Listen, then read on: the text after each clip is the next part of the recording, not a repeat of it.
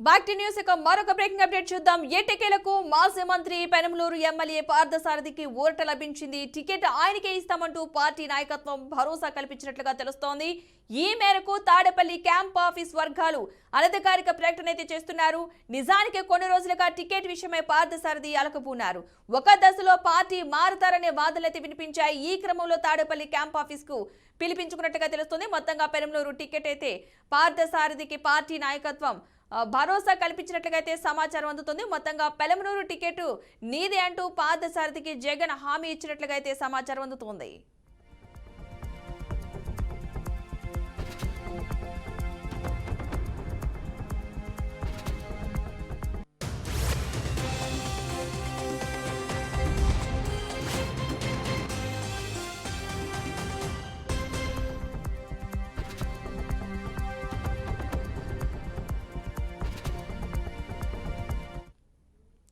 ఎట్టకేలకు మాజీ మంత్రి పెనమలూరు ఎమ్మెల్యే పార్థసారథికి ఊరట లభించింది. టికెట్ ఆయనకే ఇస్తామంటూ పార్టీ నాయకత్వం భరోసా కల్పించినట్లుగా తెలుస్తోంది. ఈ మేరకు తాడేపల్లి క్యాంప్ ఆఫీస్ వర్గాలు అనధికారిక ప్రకటన చేస్తున్నారు. నిజానికి కొన్ని రోజులుగా టికెట్ విషయమై పార్థసారథి అలకపోనారు. ఒక దశలో పార్టీ మారుతారనే వాదనలైతే వినిపించాయి. ఈ క్రమంలో తాడేపల్లి క్యాంప్ ఆఫీస్ కు పిలిపించుకున్నారు.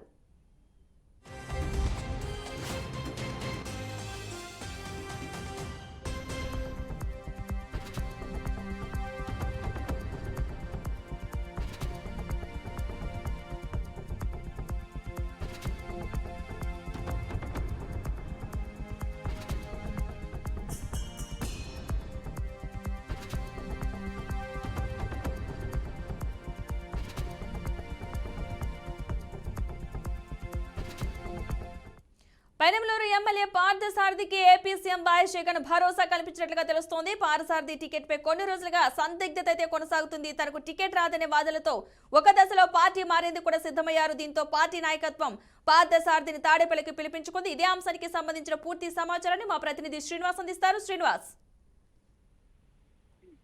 అవునా, ప్రస్తుతానికి అయితే పార్థసారథి పార్టీ మారుతారు అనేది ఏదైతే నడుస్తున్నటువంటి ఇదిందో దాని మీద చెక్ పడిన పరిస్థితి కనిపిస్తుంది. నిన్న సాయంత్రం ముఖ్యమంత్రి జగన్మోహన్ రెడ్డిని కలిసిన పార్థసారథి మీడియాతో మాట్లాడకుండానే వెళ్ళిపోయారు. అయితే దాని మీద ముఖ్యమంత్రి ఏ భరోసా ఇచ్చారు, పార్థసారథి అసలు లోపల ఏం జరిగింది, ముఖ్యమంత్రి కార్యాలయానికి కొడాలి నాని కలిసి పార్థసారథి అంశాన్ని ప్రస్తావించగా పార్థసారథి మా పార్టీ ఎమ్మెల్యే ముఖ్యమంత్రిని కలవకూడదని రూల్ ఏమైనా ఉందా అనే అంశాన్ని మాట్లాడారు. అంతేకాకుండా నియోజకవర్గ ఎన్నికలు వస్తున్న ఎన్నికల దగ్గర పడుతున్న నేపథ్యంలో నియోజకవర్గంలో పెండింగ్ ఉన్నటువంటి పనులు ఏవైతున్నాయో వాటిని పూర్తి చేసుకునేందుకు సీఎంఓ కార్యాలయానికి వస్తున్నాము. దాని నేపథ్యంలో పార్థసారథి కూడా వచ్చారు. ఇవన్నీ కూడా మాకు అడ్వాంటేజ్ అవుతుంది. ఎన్నికల సమయంలో పనులు త్వరగా పూర్తి చేసుకుంటే అడ్వాంటేజ్ కూడా అవుతుంది.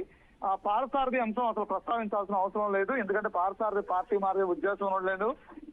అలాంటి ప్రకటనలు చేసే వాళ్ళందరూ కూడా అది అంటే ఆరోపణలే తప్ప ఈ వాస్తవాలు కాదని చెప్పని అట్లా కొట్టిపడేశారు కొడాలి నాని కూడా. అయితే నేపథ్యంలోనే పార్థసారథి సీఎం ను కలిసి వచ్చిన బయట నడుస్తున్నటువంటి చర్చ ఏదైందో దానికి తెరదించుతారని చెప్పి అందరూ అనుకున్నారు. అయితే పార్థసారథి సీఎం ను కలిసిన తర్వాత ఎవరితోనూ మాట్లాడకుండా మీడియాతో కూడా మాట్లాడకుండా వెయిట్ చేసినప్పుడు కూడా ఆయన వెళ్ళిపోవడం చూసింది. అయితే ఈ రోజు మరలా ఒకసారి పార్థసారథి అంశం తెర మీదకి వచ్చిన నేపథ్యంలో కూడా పార్థసారథిని సంప్రదించే నేపథ్యంలో పార్థసారథిని సంప్రదించే ప్రయత్నం చేస్తాం. బీఆర్పీ న్యూస్ నుంచి పార్థసారథి సంప్రదించే ప్రయత్నం చేస్తాం. ఆ పిఏని వివరణ కోరగా పూర్తి స్థాయిలో ముఖ్యమంత్రి జగన్మోహన్ రెడ్డి గారు పెనమలూరు నియోజకవర్గంలో అంటే ఎటువంటి సందిగ్ధత లేదు, పూర్తి స్థాయిలో భరోసా ఇచ్చారు. 2024 పెనమలూరు నుంచి పార్థసారథిని మళ్ళీ పోటీ చేయబోతున్నారు. అదే మార్పులు చేర్పులు అంశం ఏదన్నా ఉందా అంటే గన్నవరం నుంచి పార్థసారథి పోటీ చేస్తారు. అదేవిధంగా పెనమలూరు నుంచి పొలంను ఉంచి పోటీ చేస్తారు అనేటువంటి చర్చ నడుస్తుందని చెప్పని వాళ్ళ దృష్టి తీసుకున్న నేపథ్యంలో దానికి కూడా వాళ్ళు తెరదీస్తూ అలాంటిది ఏమీ లేదు. గత కొద్ది రోజులుగా కొన్ని మీడియా సంస్థలు చేస్తున్నటువంటి ఆరోపణలే తప్ప వాస్తవానికైతే ముఖ్యమంత్రి జగన్మోహన్ రెడ్డి గారు పూర్తి స్థాయిలో భరోసా ఇచ్చారు. ఒక ధైర్యాన్ని ఇచ్చారు. మీరు నియోజకవర్గంలో పనిచేసుకోండి, మీ టికెట్ మార్చట్లేదని చెప్పని భరోసా అయితే పార్థసారథి గారికి ఇచ్చారు. 2024లో కూడా పెనమలూరు నుంచి పార్థసారథిని పోటీ చేయబోతున్నారని చెప్పని స్పష్టత ఇచ్చే పరిస్థితి కనిపిస్తుంది. Right, thank you Srinivas.